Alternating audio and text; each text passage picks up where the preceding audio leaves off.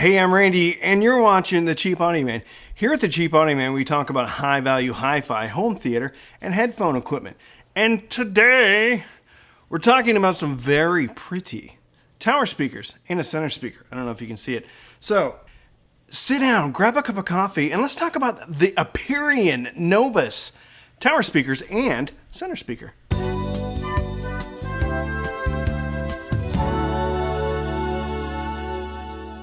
So, Aperion, they were one of my early reviews. I did a review of the Aperion Novus bookshelf speaker, and I loved it. I think it's really awesome. Aperion has been around for over 20 years. They are one of the OG of the direct-to-consumer or customer companies when it comes to speakers. Over 20 years. They're based out of Oregon, as some people would call it. If you get a chance, go over to their website and look at the About Me section because they give a whole history of their company, all the different products they've made. It's pretty cool. One thing about Aperion speakers is they are quite attractive and they are built quite well. Actually, the Novus, I remember when I got them in, the bookshelves, I asked them, Dallas and Colin. They're really good people over there. When you call them, you will talk to real people. Dallas and Colin. Colin and Dallas. I've spoken to both of them. So I talked to Colin and I said, is this like a veneer? What is this? What is the coating? And he said, that's like 14, I don't remember. It's over a dozen layers of paint. So the finish on them is really nice. Kind of a smooth, I wouldn't say matte, but a smoother, not gloss paint. They come in white or black. These are in white.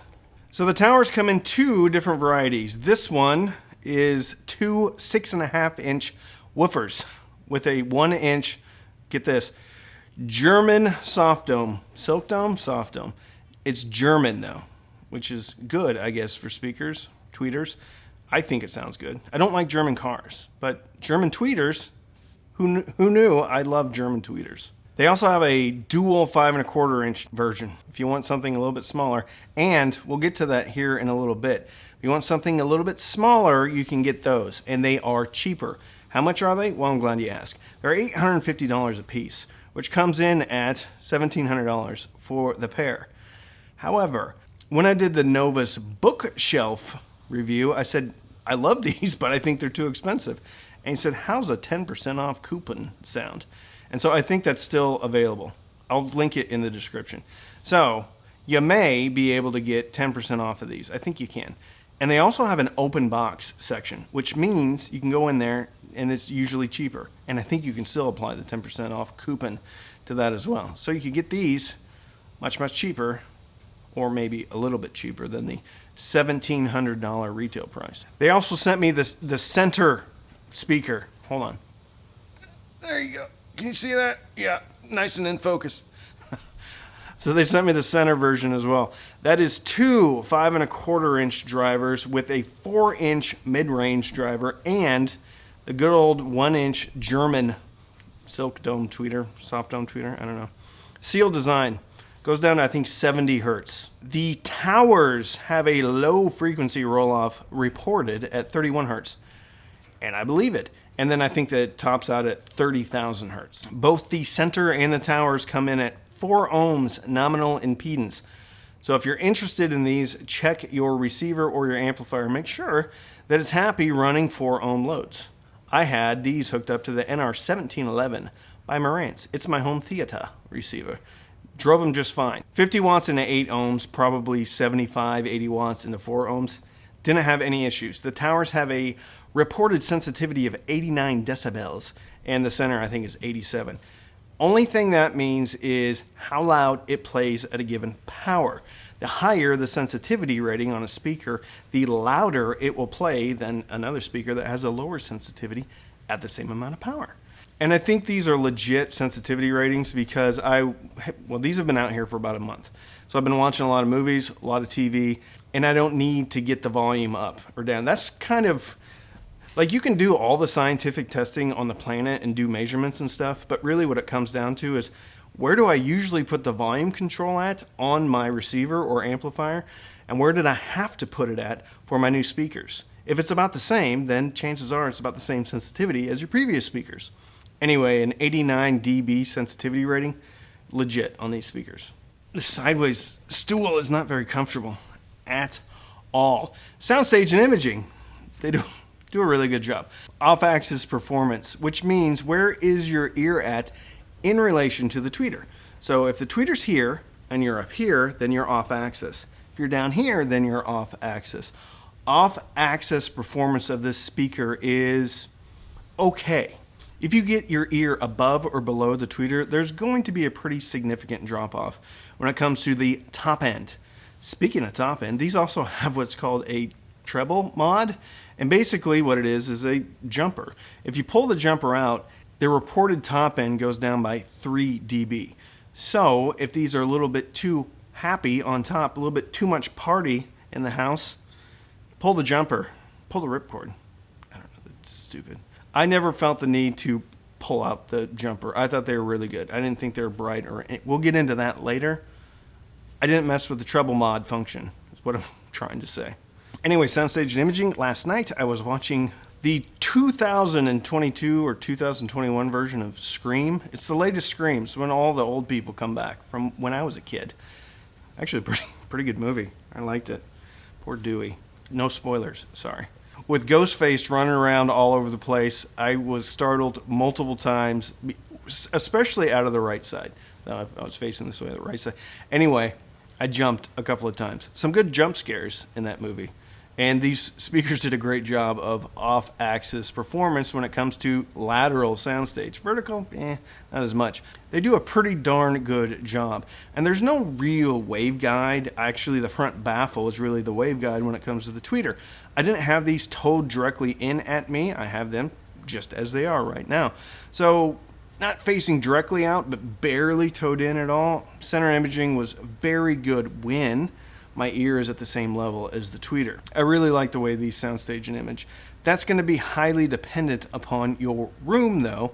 If you have carpet, if you have a bunch of furniture, if you have very reflective walls, all that plays a part in soundstage and imaging. So they're really good.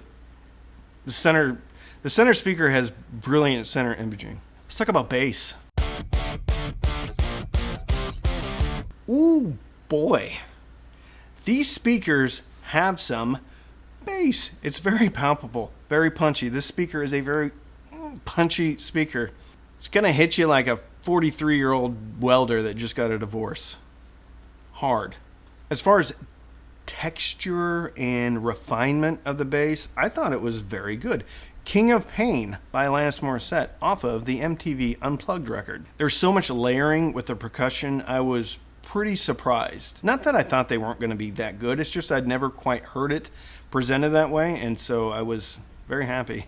Bass tone, texture, clarity, whatever you want to call it, it's quite good. Bass amount is extraordinary. Bass extension is extraordinary. Intergalactic by the Beastie Boys, while it didn't go all the way down like a subwoofer would, it gave me an idea of how much bass is really in that song. Here's the thing about these speakers though. Since they have so much punch, depending upon where you have them in regards to the back wall, it could get a bit boomy. Also, if you have these in a very small room, it could get a bit boomy. I never thought that the bass really kind of bled into the mid-range, but it walked that line. It got close. At louder volumes, I think the bass could kind of bump into the mid-range a little bit, cover it up a little bit.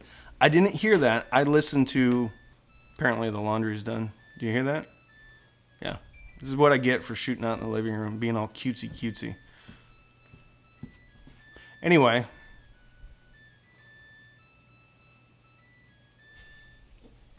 At really loud volumes, the bass could potentially get into the mid-range, cover up a little bit of the mid-range clarity. I didn't hear it, but I only listened to 80, 85 dB. Very rarely do I get in the upper 80s as far as sound pressure level. So at those levels, I thought it was just fine. If you like a little junk in your trunk, like a little punch in your face, I don't know, then this speaker probably should be considered because it's pretty awesome. I like the bass. Probably a little bit bumped. Highway to Hell, the bass drum, a little bit thicker than normal, but still, it's not like all over the place. This is good, tight, clean bass. There's just a lot of it. And I like that. Let's talk about mid-range. Mid-range. a bit step back. So we're talking about a slightly U-shaped speaker to my ear. But here's the weird thing.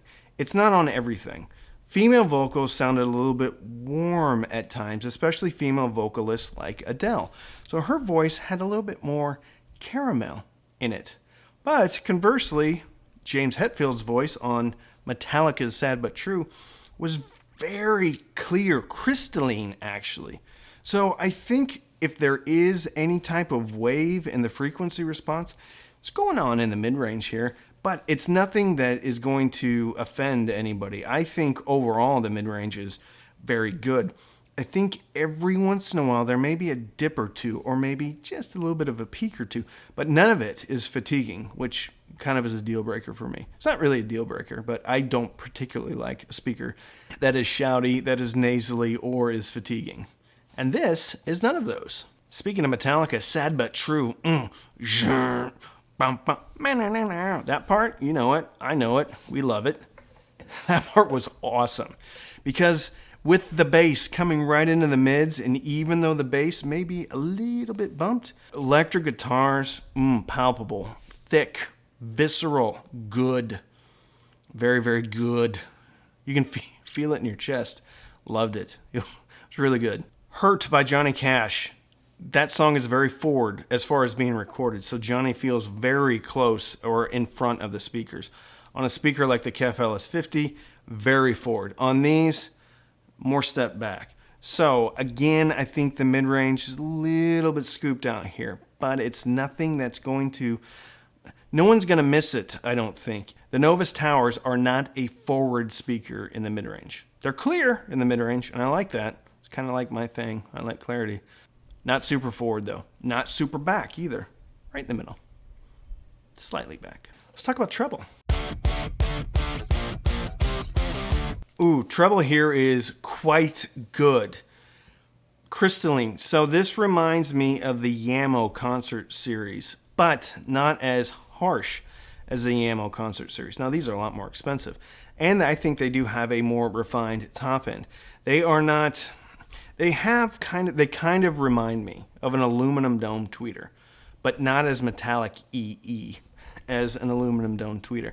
There is that sparkle, that crack, especially on percussion. So Steve Winwood, Higher Love, bunch of percussion at the beginning of that song. If you don't think it's audiophile, go listen to it because it's pretty awesome. There's percussion all over the place. Anyway, the thwack, the tactile, the stick hitting the snare drum or the rim, you could really hear it and visualize it, picture it. Very good. Exceptionally good. The treble on here is not quite as airy as an AMT tweeter, not as hard as an aluminum dome. It sounds more revealing than most soft dome tweeters. Very good tweeter, very good top end, very good clarity, great cymbal decay, great air. This is kind of a Goldilocks zone for treble, for me personally. I think treble on these are remarkable. Very good. Great detail. Great air. Good. What are my final thoughts? Final thoughts. It's getting dark in here. I apologize for that. I try to get better by shooting in different rooms, and this is what I get. So, the beginning of the video, I'm sure it's nice and bright. You can see everything in the back. By now, it's really dark. Doesn't matter. We're going to roll with it, okay? Final thoughts are, this is the first speaker that my wife has said, ooh, those look good. And that's what I'm taking that compliment, right? So we have this white thing right back here, real nice and new. Anyway, they look really good. They're a modern looking speaker, not really traditional, boxy, no wood look on these. Cool looking, different looking. The front port is pretty cool too. It's a slot front port, built very well. Normally I have to negotiate how long a speaker gets to spend in the living room here, but these, I didn't have to. My wife liked them. Wife approval factor. Ding! So this speaker never was shouty or fatiguing, yet it's still exciting on top and punchy as all get out on the bottom. This is my type of speaker. I love this sound signature. Doesn't mean that it's entirely scooped out in the middle, so it's going to play well with really anything, but if you really like that forward vocal presentation, probably not the speaker for you. If you like really lean bass, probably not the speaker for you, because this thing is exciting. Loves rock and roll. Jazz, good. Great on jazz. Home theater, outstanding. Center speaker is incredible. I really liked it. I did a lot of movie watching and stuff, but what am I going to say about the center? It's okay. It's not shouty. It's not fatiguing. It's not sharp. Beautiful looking. Oh, also these speakers lean back a little bit, so they're not like straight up and down. And they say it's for time alignment of the drivers. Fine. It looks pretty cool, and everything sounds fine, so great. Cool design choice. Anyway, I love this speaker. I love it. I think it's perfect for me personally. It's got thump on the bottom. It's got sparkle on top. Extreme clarity. Soundstage's image as well. Beautiful to look at. Very different from a lot of speakers. My wife loves it, which is pretty cool. The price. The price is $1,700 for a pair. There's a lot of competition. ELAC, Klipsch, Wharfdale, a lot of competition in this price range. Some of those speakers are true three-ways. This is really just an MTM, two woofers and a tweeter in the middle. So I can see some people being like, this is too expensive. I don't know if I agree with that. I would love to see this speaker at $1,400 a pair. Okay? And with the discount and with maybe if you find open box, you probably could get them at $1,400 a pair. So I really don't have anything negative to say about these speakers. I think they're amazing. I think they're a bigger version of the Novus bookshelf, and I loved that thing. I love these things. A little pricey. I mean, the center channel is $540. I think that's kind of high for a center channel, but if you're doing a lot of home theater and stuff, not bad. Perfect amount of punch and top-end clarity for me. Love them. Love them. Aperian's a good outfit, too. So, if you want to support the channel, you can sign up for Patreon. Patreon.com/cheapaudioman. Every Sunday night, we have patron-only Zooms, patron-only Discord group server, and a Facebook group. You can also use the links in the description to buy the Novus, or really anything else. Those are affiliate links, which means if you buy something through them, I will get a commission. You can also sign up for Amazon Music or Tidal. Links in the description. If you click and sign up, even for a trial, I do get a couple of bucks. So, don't binge watch anything on Netflix or Hulu. Binge listen, maybe through your Aperion Novus tower speakers, and fill your soul with happiness. Trademark. And with that, I'm Randy. I don't know why I'm pointing the coffee mug. I'm the Cheap Audio Man.